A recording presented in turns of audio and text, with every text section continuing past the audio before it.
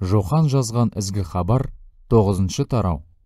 Иса өтіп бара жатып, туғаннан соқыр бір адамды көрді.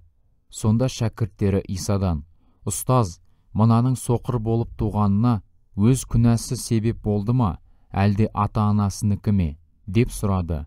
Иса оған өзінің де, ата-анасының да күнәсі себеп болған жоқ. Қайта оның өмірінен Құдайдың құдіретті ісі көрінбек деп жауап берді. Сөзін астарлап жалғастырып: «Жарық барда, мені жібергеннің тапсырған игі істерін істеуіміз керек. Қараңғы түскен соң ешкім еш нәрсе істей алмайды. Осы дүниеде тұрған шағымда мен адамзат үшін Құдайдың нұрымын» деді. Осылай дегеннен кейін ол жерге бір түкіріп, содан балшық жасап, Зағиптың көзіне жақты да: «Силоғам тоғанына бар да жуып таста» деп тапсырды. Силоғам аударғанда жіберілген кісі деген сөз. Соқыр кісі барып бетін жуды. Сонда оның көзі ашылып көретін болды. Содан адам үйіне қайта оралды. Көршілері мен оның бұрын соқыр қайыршы болып жүргенін көргендер бір-біріне: «Мынау осы жерде қайыр сұрап отыратын адам емес пе?» деп қайран қалысты. Кейбіреулері: «Сол» десе, басқалары: «Жоқ, бұл соған ұқсас қана» деді. Әлгі адам: «Мен соның дәл өзімін» деп тұрып алды. Сонда кісілер оған: «Көзін қалай көріп кетті?» деп сұрады. Ол: «Иса есімді адам балшық жасап көзіме жағып, Силоғам тоғанына бар да жуып таста» деді.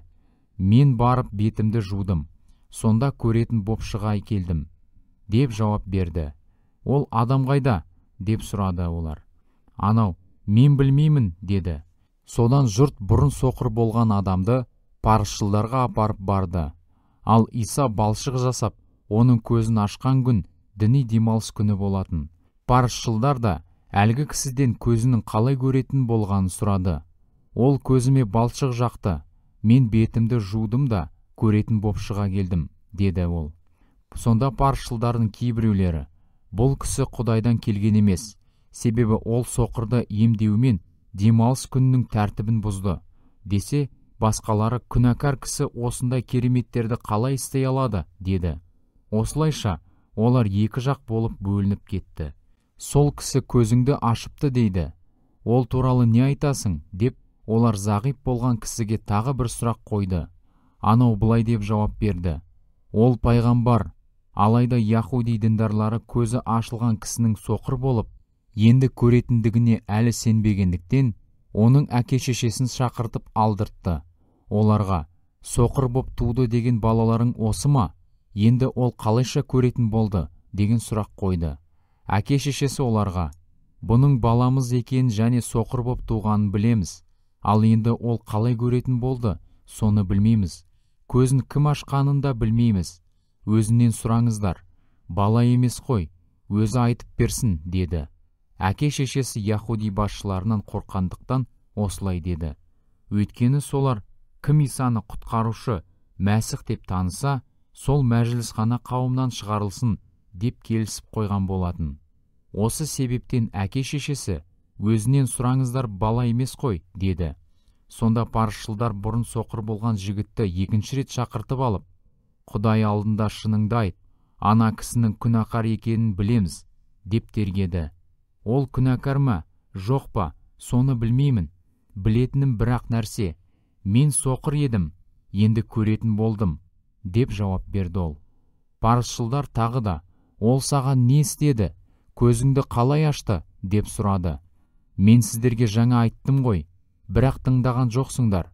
Немене тағы да естігелеріңіз келеді?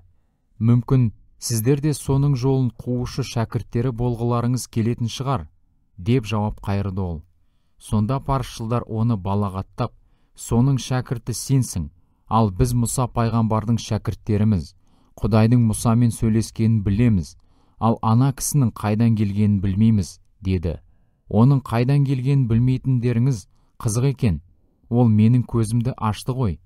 Құдай күнәқарларға құлақ салмайды, бірақ кім оны қастерлеп, еркін орындаса, Құдайдың соған құлақ салатынын білеміз.